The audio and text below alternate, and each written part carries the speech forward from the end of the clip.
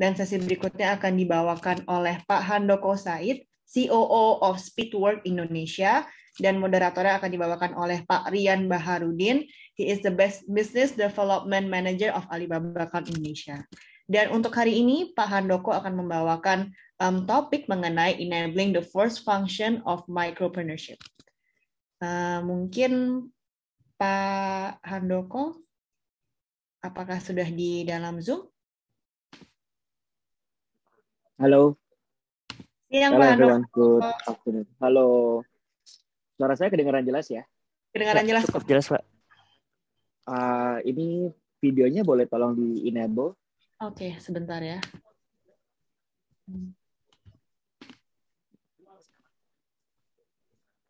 Untuk share screen-nya juga boleh dibantu, Pak. Apakah aman? Ya, ini aku aktifin sekarang.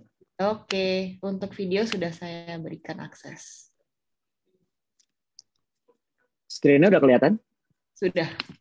Untuk video sebentar, saya coba sekali lagi ya.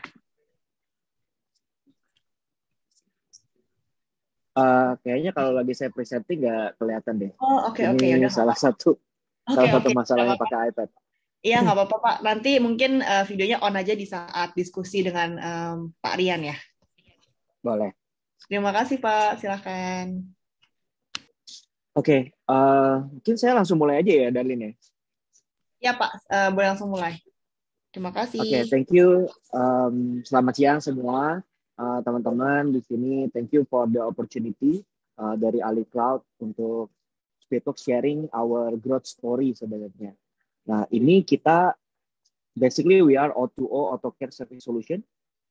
O2O itu mungkin teman-teman familiar, ini kalau biasanya orang bilang adalah online to offline gitu ya. Tapi nanti through our story kita juga belajar O2O ini gak selalu online to offline, tapi juga kadang-kadang terjadinya offline to online. Karena kita ada di automotive industry yang sebenarnya digitalization-nya tidak se-mature industri yang lain mungkin ya. Let's say misalnya fashion, F&B, atau electronics gitu. Nah, kita juga proudly baru aja mendapatkan Digital Transformation Award at the Southeast Asian level dari Swiss Chamber of Commerce Singapore yang bekerjasama dengan Deloitte. Kita thankful, so hopefully this is a recognition yang bisa memotivasi kita untuk bisa grow lebih even further. Let me start with a problem statement. Jadi when we start building this Speedwork, we come up with several key questions yang kita dapat dari customer kita. Pertama, kita realize and customer kita itu sebenarnya nggak terlalu paham produk-produknya AutoCare. Ketika beli mobil, speknya juga mereka nggak terlalu sebenarnya mostly tidak terlalu understand mengenai specification detail dari sebuah mobil misalnya atau motor. Kecuali dia memang enthusiast. Tapi mostly majority of the customer itu nggak terlalu paham. Nah, apalagi ketika mereka mau after sales. Jadi ketika mereka mau service maintenance, mereka juga nggak terlalu aware gitu mengenai sebenarnya apa sih informasi yang mereka butuhkan. Jadi mereka rely heavily dari mechanics atau shop owners-nya, bengkel owner untuk memberikan rekomendasi. Makanya mungkin kalau teman-teman pernah ke bengkel, misalnya mau ganti oli atau ganti ban, kecuali kalau di authorized dealer ya, biasanya akan terjadi pertanyaan, ini bisa kurang nggak harganya gitu. Jadi agak terjadi negosiasi karena even pricing transparency itu masih sangat jauh kalau di otomotif. So that's why we come up with the solution. Jadi for the customer, kita mau bring up these 3 key values. Jadi kita mau become a trusted partner for them. Jadi mereka bisa lihat our pricing is transparent. They can know what is the price for every products and services yang kita provide, sehingga confidence buat mereka. Karena kita juga nanti di customer journey-nya kita provide things yang atau flow yang membuat mereka lebih mudah untuk menggunakan service kita. Buat customer owner tentunya mereka butuh more customer dan eventually more profit. Tadi kalau kata-katanya Cynthia cuan ya. Nah, yang ketiga, for parts. Jadi kita juga mau enable untuk distribution channel-nya kita. Karena kan kita juga akan buka misalnya bengkel-bengkelnya kita untuk bisa dapat supply chain, partner, products, and product and services. Ketika mereka mau provide ke customer, kan mereka butuh supply chain, misalnya mau ganti oli, akan butuh olinya. Jadi ini solution yang kita provide. Nah, how we give this solution? Basically kita punya 3 core business activities. Kita punya platform bisnis. Ini adalah enabler functionnya kita, where we are as a platform. Kemudian kita juga punya fully operated workshop yang kita start di August 2020.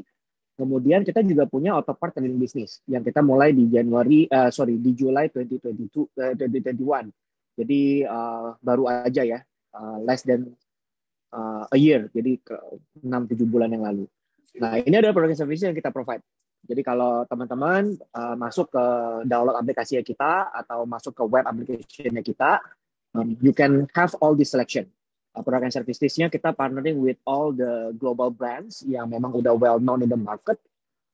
GT Radial untuk ban mobil ya, untuk ban motor kita ada IRC, Zeneos, lubricant kita juga partnering with global brands. Battery juga sama, aki ya, battery. Kemudian services kita juga wide ranging of services. Mulai dari yang berhubungan dengan produk yang kita provide, misalnya spurring and balancing kan ada hubungan dengan ban, kemudian bahkan sampai ke engine tune-up. Ya. Jadi produk dan servicesnya kita terus develop, dan ini adalah partnership-nya kita dengan global brands. Nah, I want to talk a little bit about specific mengenai customer journey. Jadi customer journey yang tadi saya bilang, mereka tinggal download aplikasinya kita, tinggal register, very simple. Kemudian mereka tinggal choose application. Di dalam aplikasinya mereka bisa choose vehicle yang mereka gunakan saat ini. Misalnya mereka menggunakan Toyota Avanza, gitu ya. Nah, di sana nanti sistem akan langsung merekomendasikan with transparent pricing. Sebenarnya kalau saya mau ganti ban atau ganti oli, tipe yang cocok untuk vehicle dari si customer apa. Kemudian mereka tinggal pilih workshopnya, kemana mereka mau datang. Dan sistem juga akan langsung merekomendasikan yang paling dekat di mana. Jadi tinggal pilih aja. Ini sangat convenient kalau lagi keluar kota. Saya pernah sering banget ngalamin karena kita mulai ekspansi ke kota-kota lain di luar Jakarta. Let's say misalnya saya lagi ke Bandung, terus bingung kan, lagi kebetulan ban mobilnya kempes, perlu diperbaiki. Nggak tahu nih bengkelnya di mana gitu. Kita juga, karena bukan kota di mana kita berdomisili. Nah, di sini kita sistemnya akan langsung merekomendasikan di mana sih bengkel terdekat yang bisa membantu pelanggan tersebut. Dan convenient karena kita bisa reservasi. Nah, ini very important karena kita belajar dari consumer kita, customer kita, banyak yang kesel udah nyempetin waktu datang ke bengkel, bannya nggak ada, atau produk yang dicari nggak ada, atau servisnya nggak ada, atau bahkan kadang-kadang tokonya tutup gitu. Jadi kalau ini kita bisa bikin lebih convenient karena dia bisa reservasi. Jadi nanti pada saat datang udah bisa dipastikan bahwa produk yang dicari atau servis yang dibutuhkan itu pasti akan tersedia. Dan paymentnya online semuanya. Jadi di toko udah nggak perlu lagi bayar, apalagi harus negosiasi ya, tawar-menawar gitu dengan tokonya. Semuanya udah transparan. Nah, kita juga partnering with stores yang tentunya trusted ya. Jadi mereka juga accepting the order itu transparent.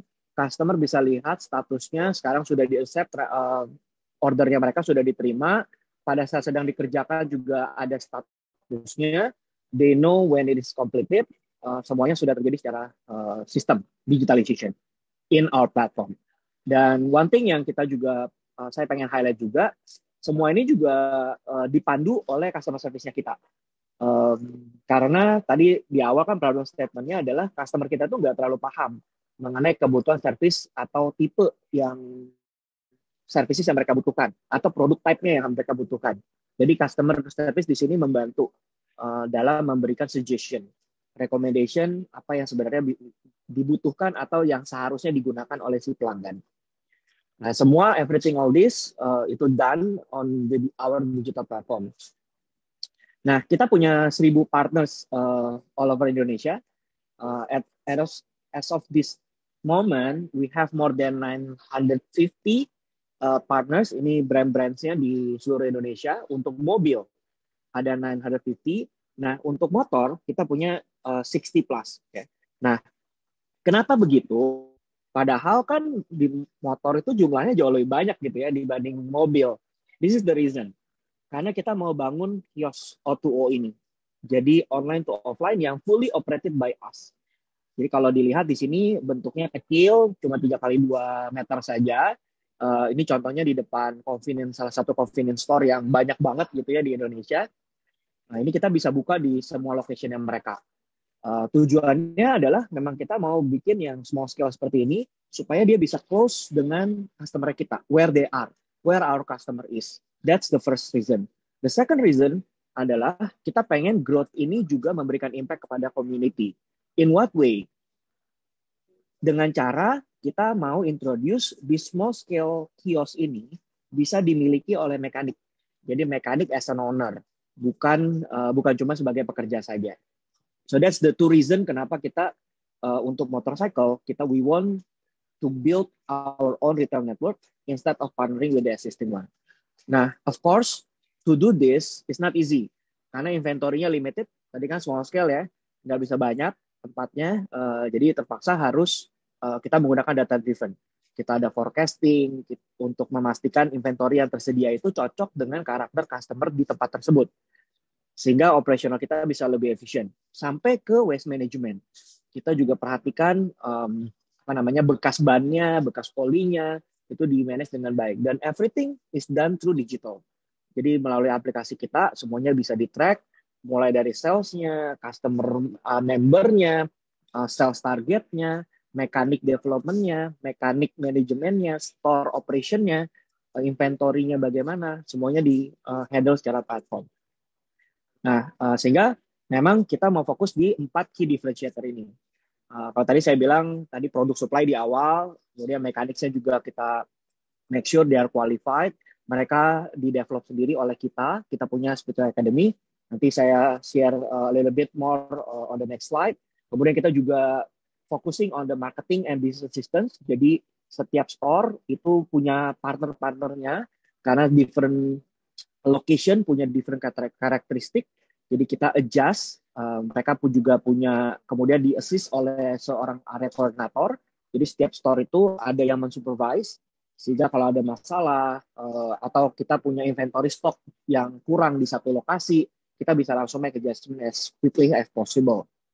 Dan kita juga punya mendevelop and mendesign our own kiosk, dan kita punya partner untuk toolingnya yang modern.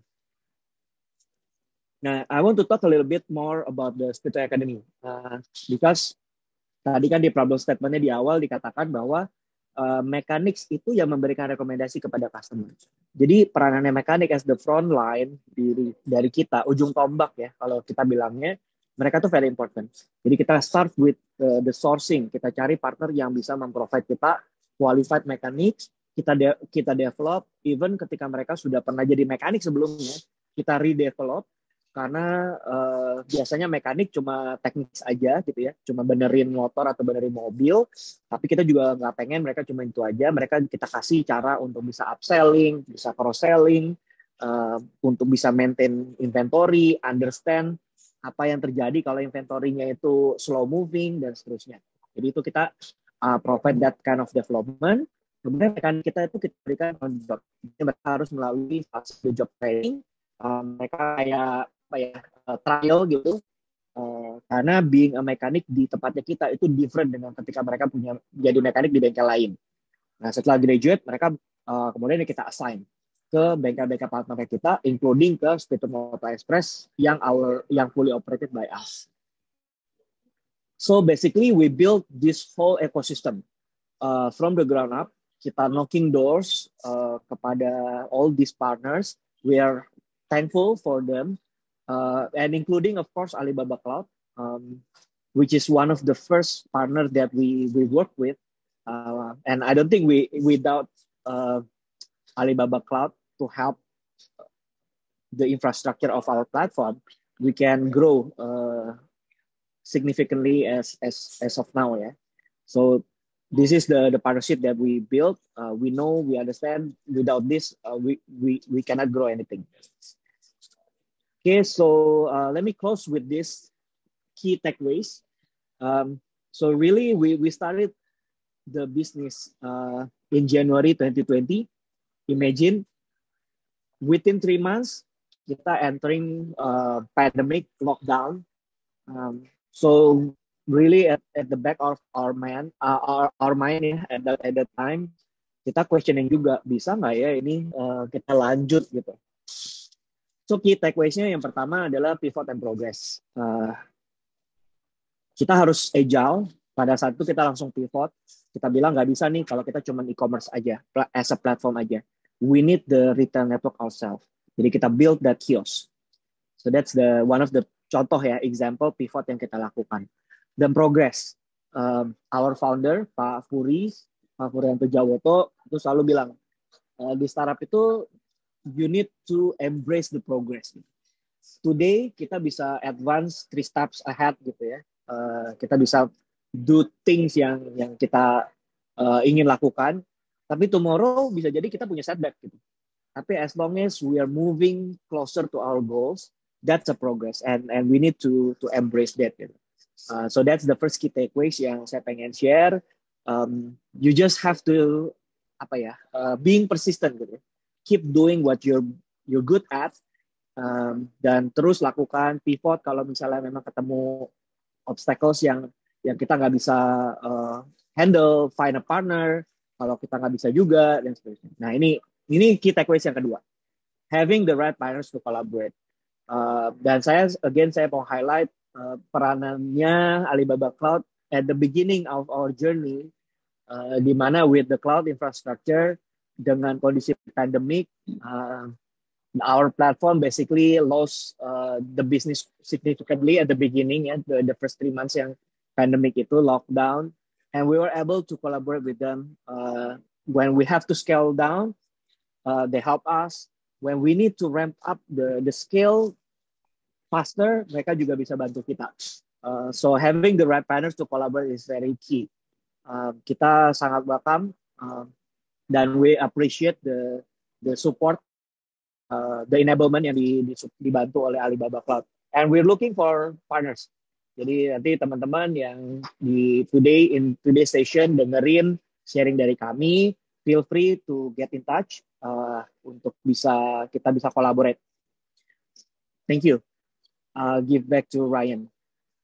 Yep, terima kasih banyak Pak Handoko dan Speedwork sendiri, paparan yang sangat menarik bagaimana Speedwork itu saat ini mempermudah masyarakat ya ketika kita ingin mencari bengkel yang terdekat, beli spare part, semuanya bisa melalui satu aplikasi, melalui online, even untuk pembayarannya pun saat ini sekarang juga sudah terintegrasi dengan digital payment.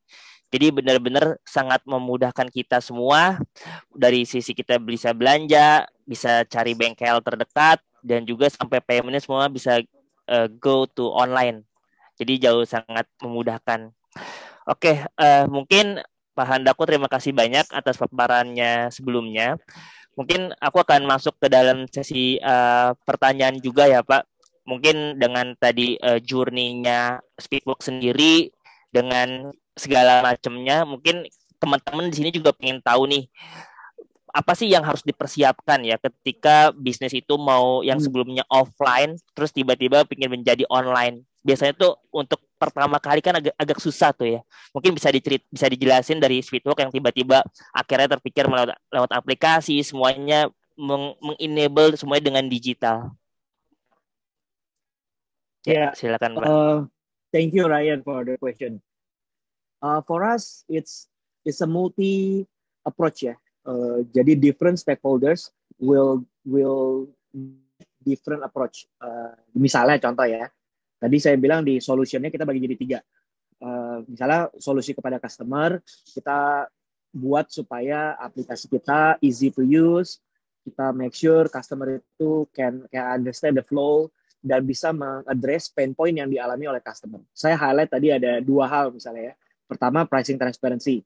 Dengan pakai aplikasi kita, udah nggak usah lagi nawar-nawar ke bengkel. Udah tahu harganya seperti apa, dan we know our pricing itu kompetitif.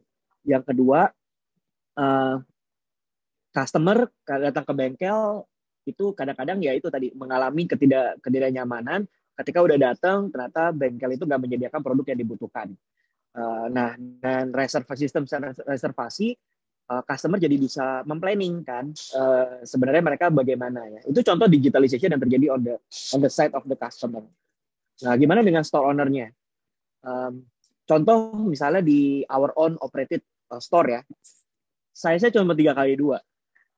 Itu isi ban aja, untuk stok ban aja nggak bisa lebih dari 100. Jadi bayangin kalau nggak punya digitalization, ya bisa mengforecast what kind of product SKU yang harusnya ada di dalam store itu.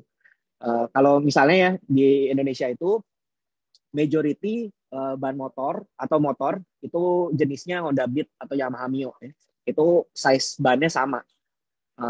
Nah, imagine dengan kita nggak melihat hal tersebut, kita nggak forecast, kemudian yang di stok di toko itu adalah ban tipe yang nggak cocok dengan majority dari consumer punya kendaraan.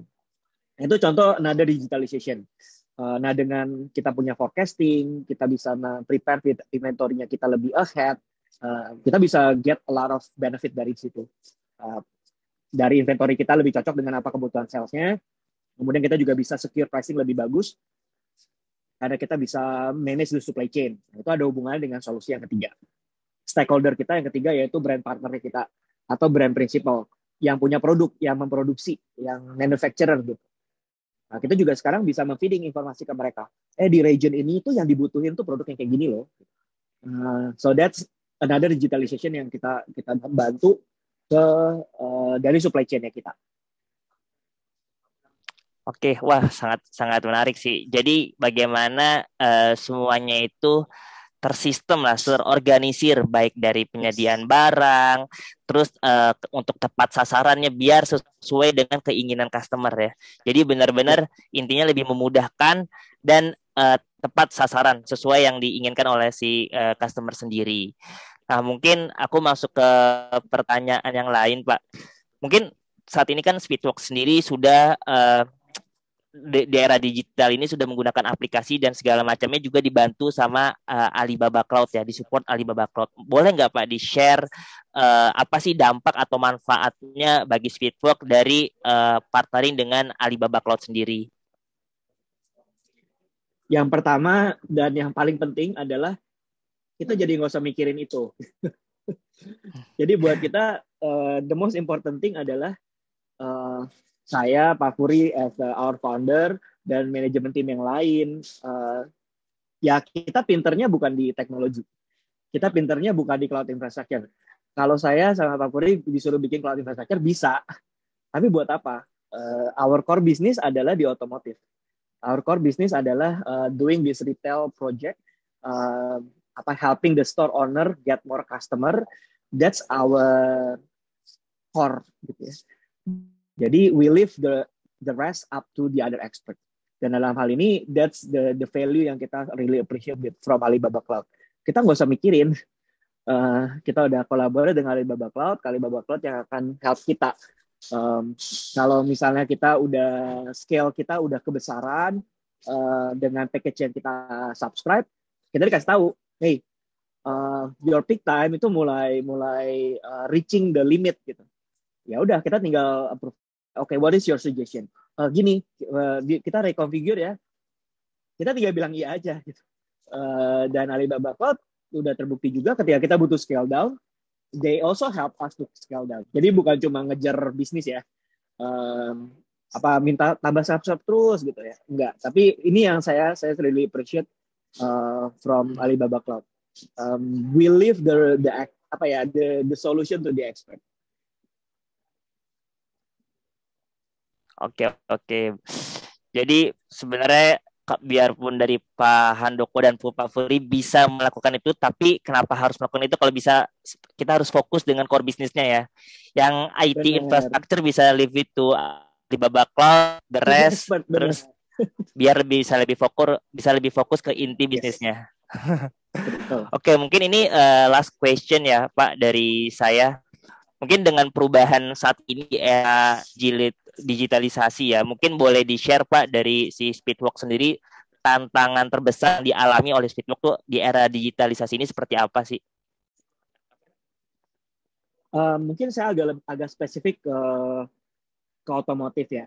Karena I think kalau bicara digitalization, different industry mungkin akan Cukup punya luas. different challenges. Betul. Nah, kalau spesifik di industrinya kami, itu digitalization-nya memang very early stage, bisa dikatakan. Jadi kalau tadi saya cerita dengan different stakeholder-nya kita, gitu. Even the mechanics. Jadi kalau tadi saya cerita Speedway Academy, kita mentrain mekaniknya, itu kita train mulai dari how they can use the application. Karena bahkan banyak mekanik kita itu yang dulunya nggak pernah pakai smartphone. Jadi dari situ kita udah mulai mentrain mereka gitu. Buat saya sebenarnya digitalization itu at the core of it adalah is a changing of behavior. Karena sebenarnya yang kita lakukan itu sama aja, tapi cara melakukannya, perilaku melakukannya itu yang berbeda. Kalau misalnya nih ya, contoh misalnya saya ganti ban, kan sama perilakunya. Cuma bedanya sekarang flow-nya melalui proses yang lebih digital, yang lebih convenient, yang lebih nyaman. Nah, the key adalah kita harus let the customer to decide on their own. Nggak bisa dipaksa. Jadi kita hanya bisa menginfluence mereka untuk melakukan itu. Contoh cara menginfluence-nya, kita tuh accepting a lot of inquiries every day. Bertanya mengenai as simple as sebenarnya mobil saya tuh harus ganti bannya apa sih gitu. Jadi kita mulai dari hal yang convenient buat mereka. Jangan nggak bisa langsung jump ke solution yang kita mau. Kan maunya kita pasti adalah semua orang langsung aja masuk ke aplikasi kita gitu, nggak usah nanya-nanya deh pakai WhatsApp gitu. Tapi nggak bisa. We need to educate mereka. We need to influence mereka step by step. Jadi kayak dipandu gitu ya. Nah, kita start with misalnya tadi yang customer service engagement-nya kita, kemudian mekaniknya kita ketika makanya kita train banget mereka untuk bisa berkomunikasi dengan baik ya. Karena ngajarin customer untuk pakai aplikasi itu juga nggak gampang gitu. Pak, saya mau ganti ban, tapi download dulu Pak aplikasinya kita. Itu kan nggak bisa ngomongnya gitu ya, harus ada cara yang pendekatan yang ininya gitu. Saya ingat ada salah satu retail guru yang kita belajar waktu lagi pandemi semua orang bilang low touch gitu ya, customer experience-nya harus dibikin semuanya digital gitu. Tapi in our experience that's not always the case sih. We need to also have the human interaction-nya, itu nggak boleh dilupain juga. Walaupun kita doing it on digital platform gitu. Tapi tetap perlu ada human touch-nya yang meng-engage mereka gitu. At least di automotive industry seperti itu sih. Journey yang kita udah alamin gitu. So ya moga-moga itu mungkin bisa jadi pelajaran juga buat teman-teman yang pengen go digital. You need to benar-benar understand what is the customer behavior. Setuju banget sih. Jadi sebenarnya digital itu juga secara proses dia mensimplify dan meningkatkan customer experience ya. Bagaimana di kenyamanan, kecepatan dan semuanya. Jadi sebenarnya salah satu peran digital. Oke, kalau dari saya sih cukup ya Pak pertanyaannya. Mungkin terima kasih banyak Pak Handoko dengan paparan yang sangat menarik. Nanti mungkin dari teman-teman audiens di sini kalau ingin bertanya silakan aja. Kalau nanti pengen ada pertanyaan atau mau berkolaborasi dengan Speedwork, feel free bisa kontak ke tim Alibaba Cloud atau bisa kontak langsung ke Pak Handokonya sendiri sebagai COO dari Speedwork sendiri ya. Jadi Speedwork juga open untuk kolaborasi. Betul. Nah, Oke, Ryan, mungkin saya kita punya surprise awal tahun buat semua participants yang ikutan sesi ini. Nanti mungkin saya minta bantuan ke Dandi dan teman-teman di Alibaba Cloud. All participants nanti kita akan encourage untuk bisa menggunakan aplikasi kita. Kita akan provide voucher 50,000 rupiah untuk bisa dipakai untuk all transaction di aplikasinya kita. Nanti mungkin kita minta tolong panitia untuk bantu bagiin ya. Thank you semua. Siap. Thank you again Alibaba for the opportunity. Siap, terima kasih banyak Pak Handoko. Mungkin back to Darlene. Thank you so much Pak Handoko dan Mas Rian. Wah, Luar biasa sekali ya, sampai dikasih voucher juga nih dari Pak Handoko dan dari Speedwork. Nah, jadi teman-teman apabila ingin mencoba Speedwork, jadi bisa langsung aja kontak ke Handoko juga. Dan bisa langsung cobain tuh aplikasinya Speedwork. Dan sekali lagi teman-teman, apabila ada pertanyaan bisa langsung drop di chat box. Jadi nanti akan saya bantu untuk menyampaikan kepada Pak Handoko, atau mungkin apabila Pak Handoko masih di Zoom link ini juga bisa membantu menjawab pertanyaan teman-teman. Nah, terima kasih ya untuk Pak Handoko dan juga